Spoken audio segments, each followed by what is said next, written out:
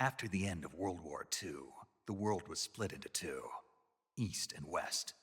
This marked the beginning of the era called the Cold War.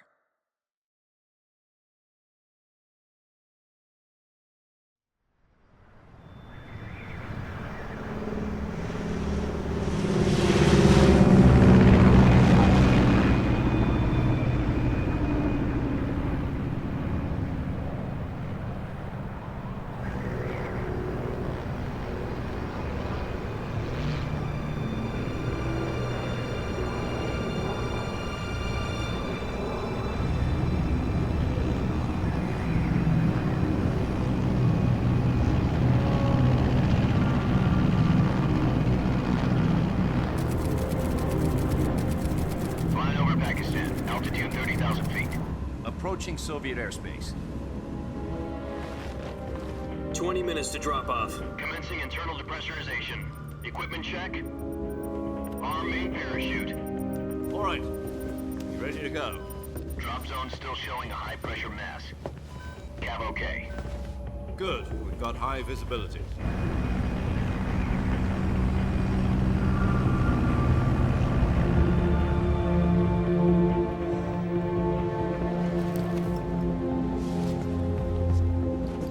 Put out that cigar.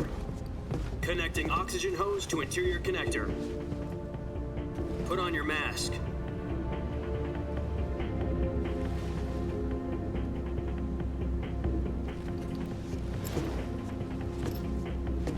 Does this panty waste know what he's doing? Approaching release point. 10 minutes to drop off. Hey, are you deaf? He said put out the cigar and put on your mask.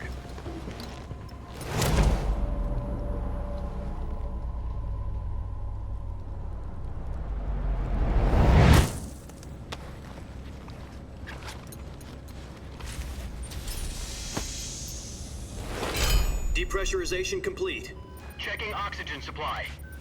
6 minutes to drop off. Opening rear hatch.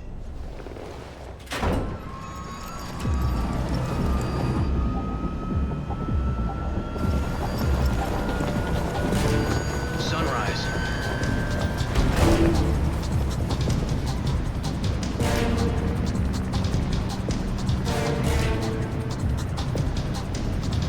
External temperature minus 46 degrees Celsius.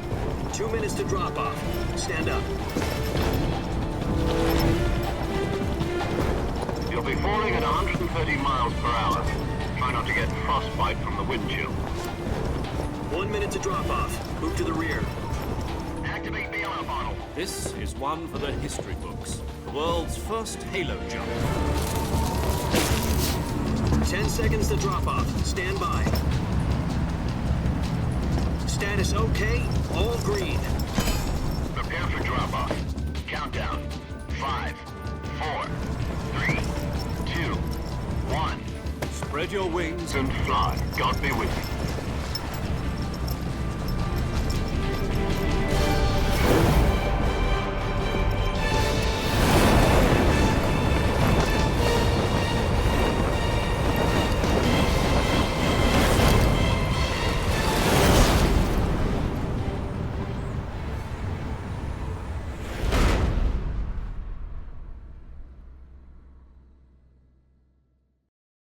Jack, I've got some important news. The head of the CIA has finally given us the green light for the virtuous mission. Virtual mission? No, the virtuous mission.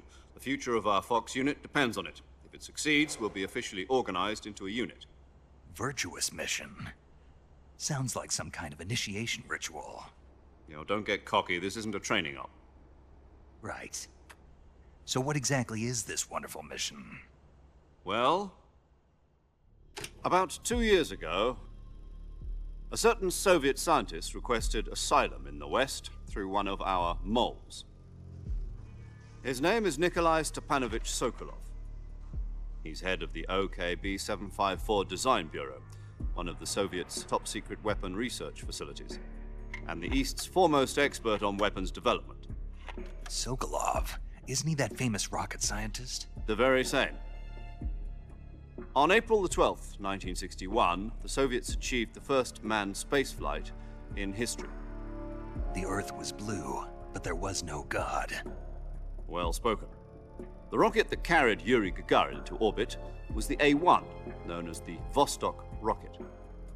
Sokolov is said to be the man most responsible for the multi-engine cluster used in that rocket. After Gagarin's flight, Sokolov left rocket development to become the head of the newly established Design Bureau. From a lowly technician to head of a design bureau, that's quite a success story, so why do you want to defect? It seems he'd become afraid of his own creations. Afraid? Call it a crisis of conscience. And for that, he left his country and his family behind and went over the fence? Not exactly. One of his conditions was that his family was also to be taken safely to the west. We used a mole to get the family out first and succeeded in sneaking Sokolov over the Berlin Wall shortly afterwards. I was the one who conducted the operation. The security on the eastern side was still full of holes back then. Then what? We got Sokolov over in one piece, but the whole ordeal had left him exhausted, and we checked him into a hospital in West Berlin. It took him 2 weeks and more than 600 miles to get from the research facility in the Soviet Union to Berlin. He was in no condition to say anything coherent. And it was only a week later that we had something much bigger on our hands. The Cuban Missile Crisis. October the 16th, 1962, President Kennedy received word that the Soviets were in the process of deploying intermediate-range ballistic missiles in Cuba. The President demanded that the Soviets dismantle and remove the missiles. At the same time, he announced a naval blockade to prevent further missile shipments from reaching Cuba. But the Soviets didn't back down, instead placing their armed forces on secondary alert. Soviet transport ships carrying missiles continued on course towards Cuba. US and Soviet forces went on alert for an all-out nuclear war. Frantic negotiations were conducted through the UN's Emergency Security Council and unofficial channels to end the hair-trigger standoff.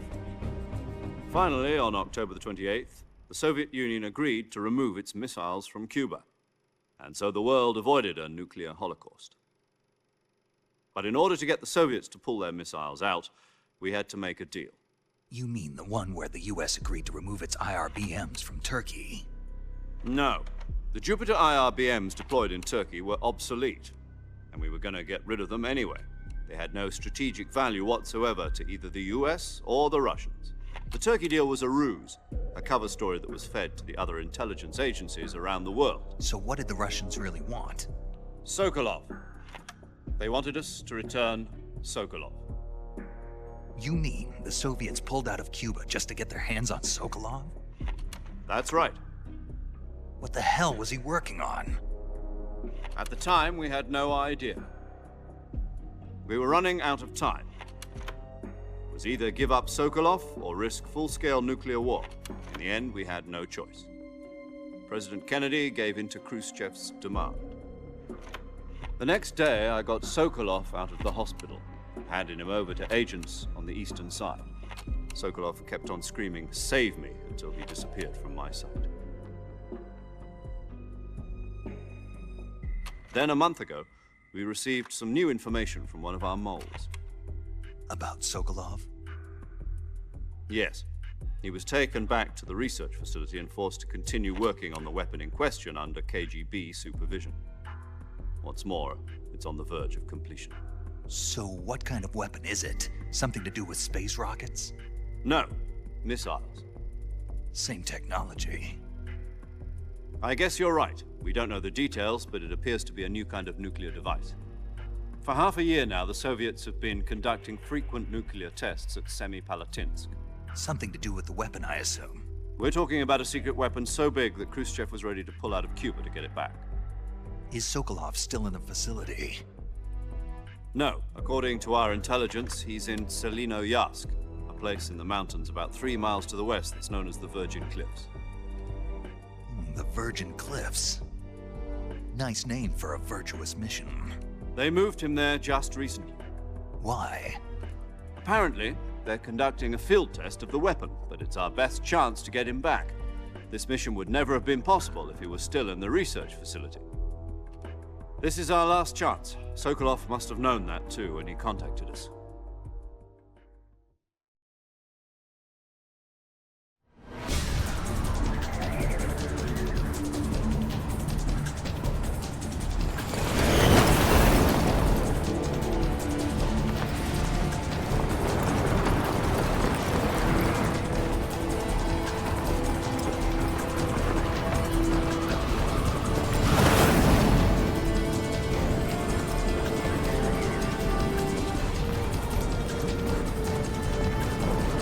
Listen up, Jack. Your mission is to infiltrate Selino Yask in the Soviet mountains, ensure the safety of Sokolov, and bring him back to the West.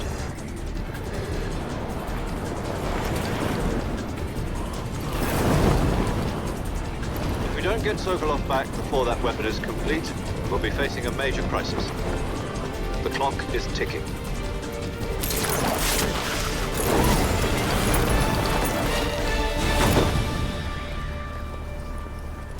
Once we've confirmed the rescue of Sokolov, stand by at the recovery point. A recovery balloon will be dropped at that point.